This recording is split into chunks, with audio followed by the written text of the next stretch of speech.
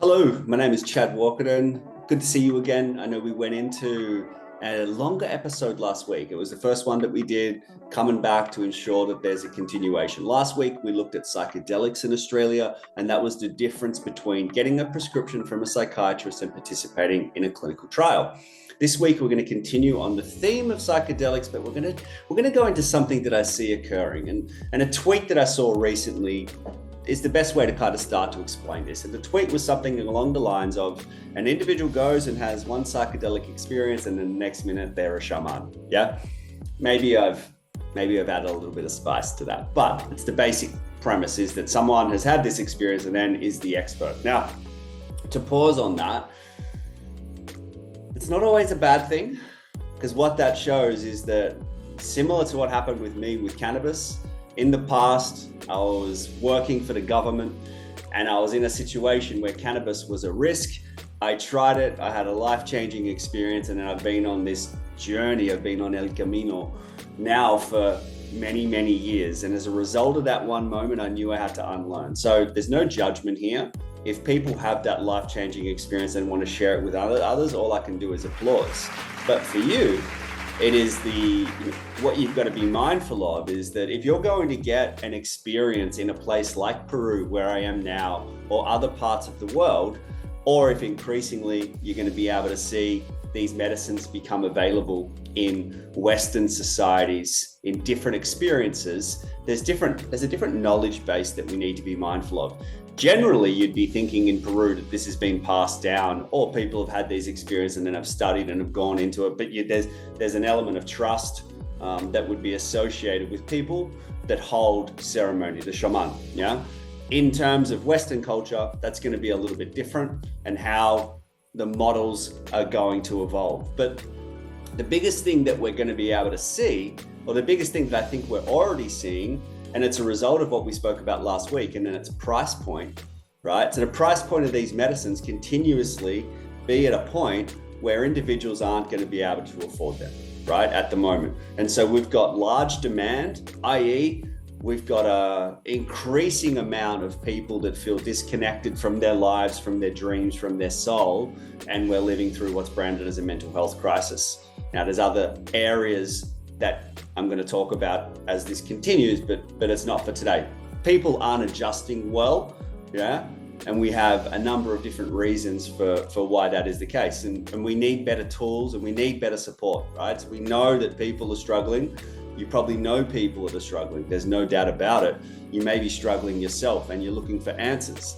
But what's happening is that, the way we are, people always see an opportunity, right? So if we see that medicines are going to be at this level or this price point, what we're going to be able to see is that many people may go into different pathways. And I'm not here to say who's right or wrong either. Let's be clear on that. But with the responsibilities that I have of a company that is looking to go, how do we ensure that we're collecting the right data and we're completing the right research to ensure that these medicines have their day, rather than Channel 9 or Channel 7 or whatever we want to see, hears about someone who took a psychedelic, something occurs for them, and then we just have this whole PR monster that comes and starts painting a picture of it in a certain way, right? So what I want to ensure is that, well, there's two things. What you're going to get from us always is credibility,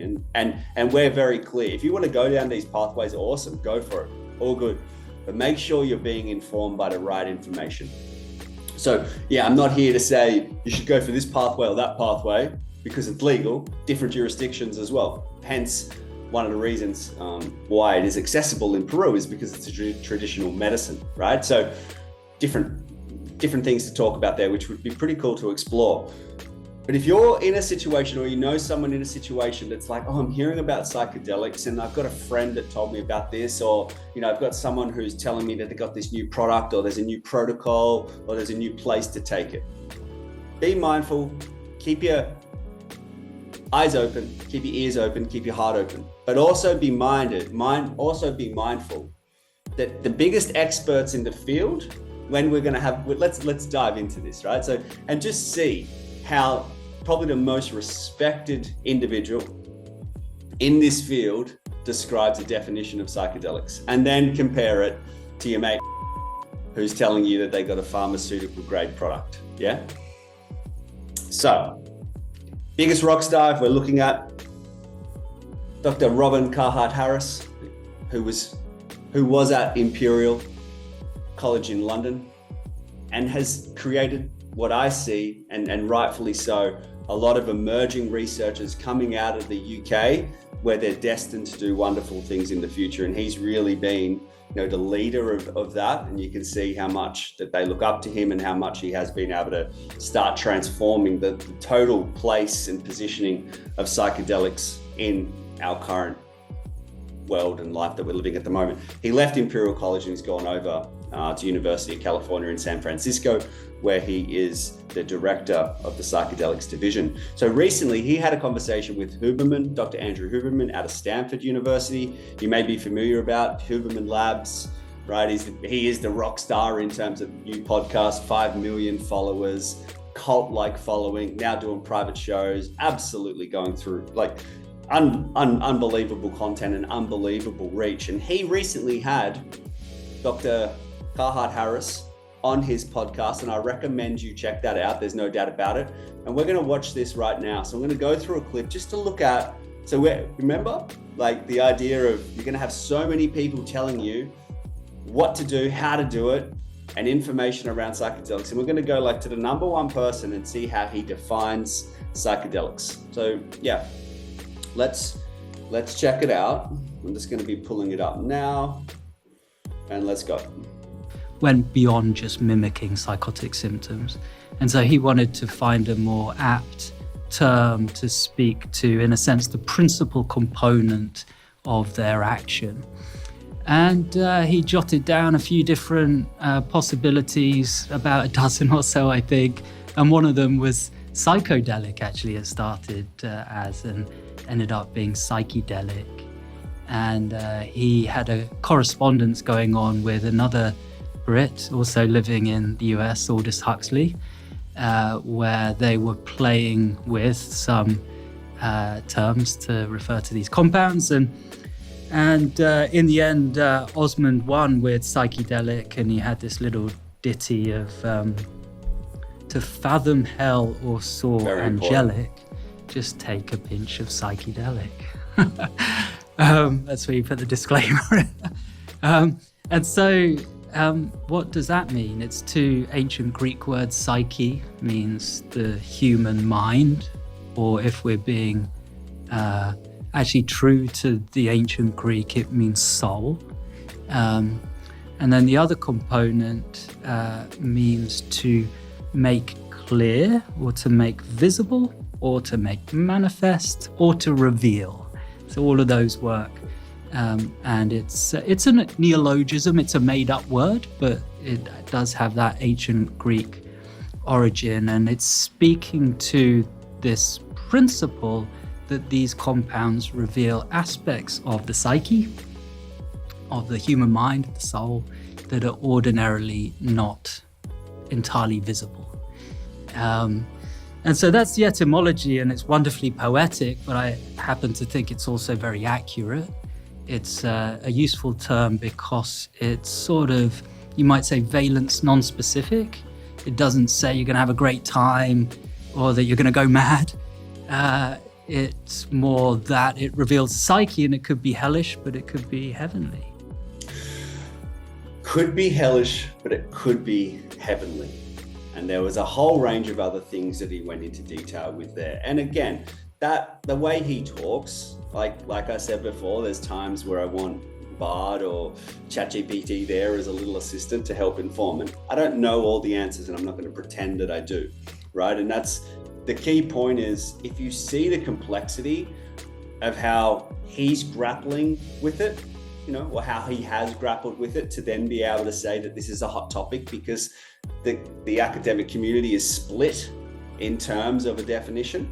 Or it could be, not just the academic community, it could be the psychonauts as well, but a whole range of the psychedelic community that enjoys these different compounds don't agree. So the biggest thing that I would recommend is don't listen to me, check out that podcast. I just sampled that one little section to give you what I thought was a beautiful way of being able to firstly link back to the history of where we've come from, right? And if you look at that little section, we've seen that this isn't new, what we're going through. And many times we just need to look back to see what happened in the past, where we had a lot of excitement around these compounds coming in to life, what occurred, and now we're back into a situation where now we're looking at the reintegration. So we're looking at this once in a lifetime opportunity for these medicines to come back to be reintegrated into society. And the reason why I think it was helpful to go into that very eloquent description of what psychedelics are and have the best mind doing it is to ensure that you are very informed about what you're taking, how you're taking it, and what sources that you're going to rely on to then get the experience. And again, I'm not here to lay judgment, but just be informed. And if you're going to be doing it, the best thing to do is to be mindful of the experiences that you have. We've seen what happened in the past to now get us back to a situation. So the best thing the best avenue that we see, putting my OnTracka hat here on for a moment, is to be able to complete research. And that research could be in the real world. So that research doesn't need to be the clinical trials. If you're microdosing or you're macrodosing and you're not in that clinical setting, but you are going for a lovely experience in the mountains, or you're focusing on setting with some friends and you're going to do your little group ceremony, be informed about what's the best setup to do before you do that. And also maybe approach it in a way to go, hey, well, we know there's that app. Why don't we track how I'm doing beforehand? You don't need to tell everyone this, but think about the experience of that intention that you're going into it with, to go, okay, I'm feeling a little bit depressed, or my stress was high, or, I do want to understand what sort of changes it has on my physiology. I was only hanging out last Saturday night. And this is what the wonderful thing about living in Peru. Talking about this is relatively normal, particularly in circles that I find myself in. And what we're hearing was an experience where someone had very elevated heart rate, a resting heart rate, getting it from the watch, which you can now get in OnTracka as well, which is an indication of a number of different factors, but it may be high stress and different complexities going on in someone's life. So the result of then having ayahuasca, that individual then had a permanent reduction in their resting heart rate, right? So it would be very easy to say, hey, ayahuasca was the result of that. But also, what is likely to occur is that there was a whole heap of stress and worry and complexities going on for that individual before they had the medicine. The medicine facilitated them to get a better place, and as a result, their physiology changed. Now, being able to know that information about yourself, to go, as mentioned before, I am feeling a bit stressed, or I am feeling a certain way, and then being able to have a look at how you then track afterwards, after your experiences, is going to give you very good information about, oh my gosh, this did have a really big impact, and this is what I'm going to do and how I'm going to space it out, in the future. So whether it's in macro or micro doses, but there's so much for you to kind of go into. But the biggest thing is be led by the experts. There's so much available information here. We showed you a very small snippet of what is possible, and we recommend you checking out that full podcast to get different information. Going to wrap up for now. It's been a pleasure to kind of check in with you very quickly this week. We will continue to do this next week. If you have any details that you want us to talk about, please let us know. As always, go check out OnTracka if you can. Get an understanding about where you're at with your health and your current positioning in your life. And if you're going to integrate these medicines in, see the changes and be the advocate to ensure that you're using reliable data to help transform the place of these medicines back into society. Thank you very much. Talk to you soon.